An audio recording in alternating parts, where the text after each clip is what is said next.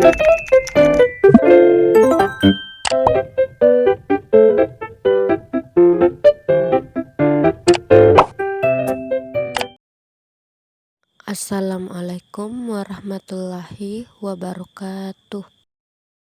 Perkenalkan, kami dari kelompok 5 bimbingan konseling. Kenalkan, nama saya Ilmiati Ayu Anggraini. Nama saya Reski Alfiana. Perkenalkan, nama saya Siti Munawarah.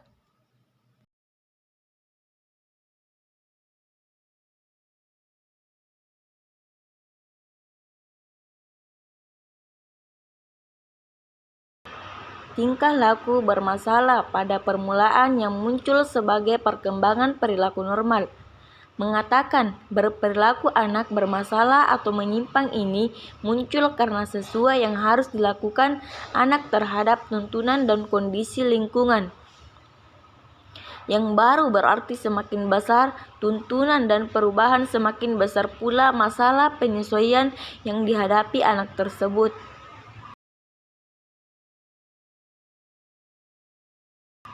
Bentuk-bentuk perilaku bermasalah berdasarkan hasil studi review berikut. Masalah perilaku yang sering dialami oleh anak adalah ketakutan, kecemasan, gagap. Bentuk-bentuk lain perilaku bermasalah yang dialami siswa sekolah dasar seperti tidak mampu bersosialisasi dengan teman, ingin menang sendiri, bully, suka mengganggu teman, ribut di kelas, tidak mau antri, memilih teman, merebut mainan teman, merusak barang, susah konsentrasi, kurang percaya diri, siswa meninggalkan bangku tanpa izin, dan mengerjakan tugas yang tidak berkaitan dengan materi yang sedang diajarkan, dan sebagainya.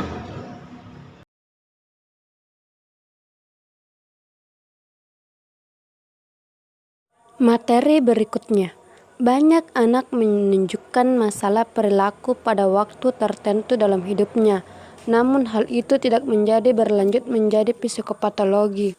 Seorang guru tidak boleh begitu saja mengatakan seseorang berperilaku masalah jika tidak punya data yang memadai.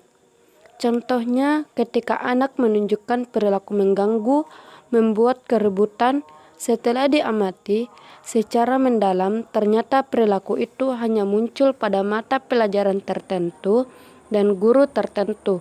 Tapi di lain mata pelajaran dari situasi lain, anak tersebut tidak menunjukkan perilaku bermasalah sama sekali.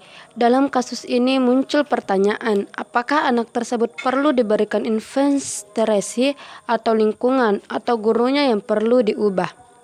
Sepertinya tidak berlebihan jika penulis mengatakan bahwa guru yang masih perlu belajar lagi dan memahami perilaku anak.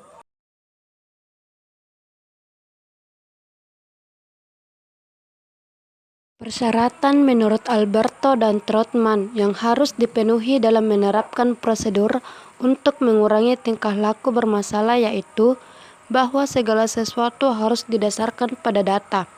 Adanya buku konsultasi dan izin harus dibuat, mengurangi tingkah laku yang tidak diharapkan seperti mengganggu diskusi, kelas ribut atau menyela, bullying, dan kadang menjadi masalah tersendiri bagi guru. Oleh karena itu, dibutuhkan teknik khusus dalam mengurangi perilaku dan bermasalah tersebut. Adapun bentuk-bentuk perilakunya yaitu sebagai berikut. 1. Rasionalisasi. 2. Sikap bermusuhan. 3. Menghukum diri sendiri. 4. Represi. Dan 5. Konformitas. Materi selanjutnya yaitu karakteristik perkembangan anak berperilaku bermasalah. Yang pertama, perkembangan fisik dan kesehatan. Yang kedua, perkembangan diri. Dan yang ketiga, perkembangan sosial. Teknik-teknik mengatasi berperilaku bermasalah. Yang pertama, pendekatan disiplin, dan yang kedua, pendekatan bimbingan dan konseling. Kesimpulan. Berdasarkan uraian-uraian di atas, maka dapat ditarik kesimpulan bahwa Kesulitan belajar pada jenjang pendidikan merupakan masalah personal peserta didik yang menjadi penghambat dalam proses belajarnya. Kesulitan belajar ini dapat terjadi pada peserta didik manapun, serta memungkinkan terjadi secara berulang sebagai akibat dari perubahan situasi yang ada dalam diri individu maupun lingkungannya.